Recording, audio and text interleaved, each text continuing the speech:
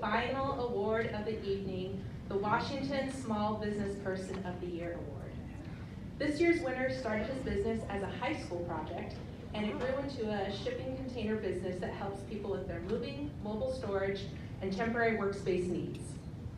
Since graduating from the SBA Emerging Leaders Program in 2013, he has grown his business from 2 to 8 locations, increased revenue by 400%, and added 17 new employees. Wow. But beyond his business success, he is an active philanthropist. Oh, I knew I was going to mess that up when I put that in there. He sponsors one orphan or widow for each employee, has provided containers and supplies for global and national disasters, and sponsors local community events. It is with great pleasure that I introduce you to the 2019 Washington Small Business Person of the Year, Ross Black of Simple Box Storage.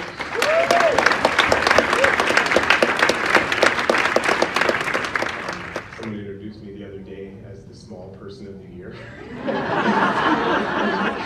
And I got laughed, and then I was like, I'm not even going to correct them because it kind of, I need a lot of help in my life. So I am pretty small in the grand scheme of things. But I am so thankful, first of all, to my wife who's here tonight. She's the best teammate I could ever have imagined. Also my family, my team, for really working to set me up for success and believing in my vision. And also to the incredible team at the SBA for helping me really get unstuck several years ago and just teaching me the value of working on the business instead of just in the business. There's one key person that I want to thank who's here tonight. A lot of people ask about how long I've been in business, and we're at like 22 years now, and then they hear about that I started my business as a senior class project in high school, and they think it's really cool. And nobody ever asks the next logical question, which is, what on earth made you think that you could start a successful business as a senior in high school? And for me, the answer's not been so much what as who. I remember as a little boy helping my dad sweep the parking lot of his small business, and someone came up to him and made a comment, some sort of joke about, you're gonna need a lot more help than that to get this job done. And I remember, this is like me as a 6-year-old, remembering this so clearly. He said, a child's help is little, and he who rejects it is a fool. My dad had a vision for the work that I would do someday that far exceeded what I was capable of at that time. And that's really what the SBA has done for me too. When, in 2013, when I came into the program, it really was kind of that whitewater stage, you know, and they had believed in me, had a vision for me that far exceeded what I was capable of at that time. It's because of my dad's commitment to our family and his own determination to succeed in his own small business that we were able to immigrate to America and be given so many of the opportunities that we've been given today. I grew up never resenting the fact that my dad was a small business owner because he always invited me in. He was always open for questions. I always could do work with him. He had me counting the cash at 10 years old. He had me do my first bank presentation at 13. And the banker that I presented to then years later ended up being someone that gave me a loan personally too. So it's pretty amazing.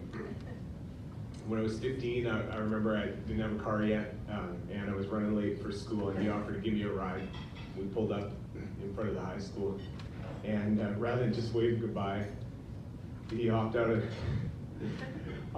came around the other side, gave me a great big hug and a kiss on the cheek.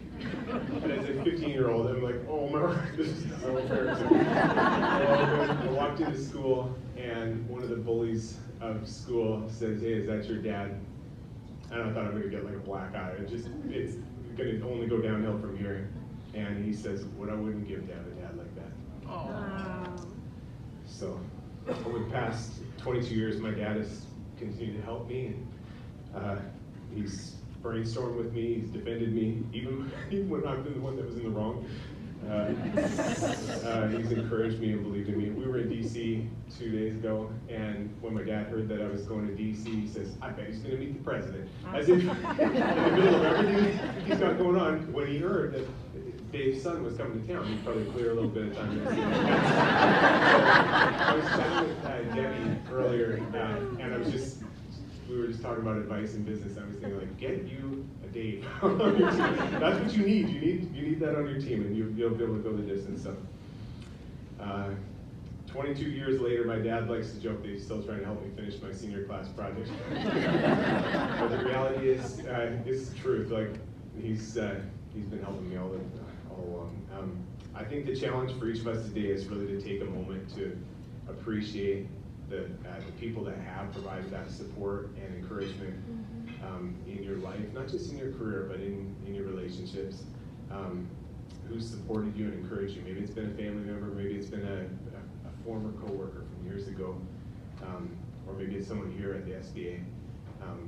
And my challenge is before you even leave this ballroom to send them a text or call them or jot a quick note and just let them know once again how much you appreciate it.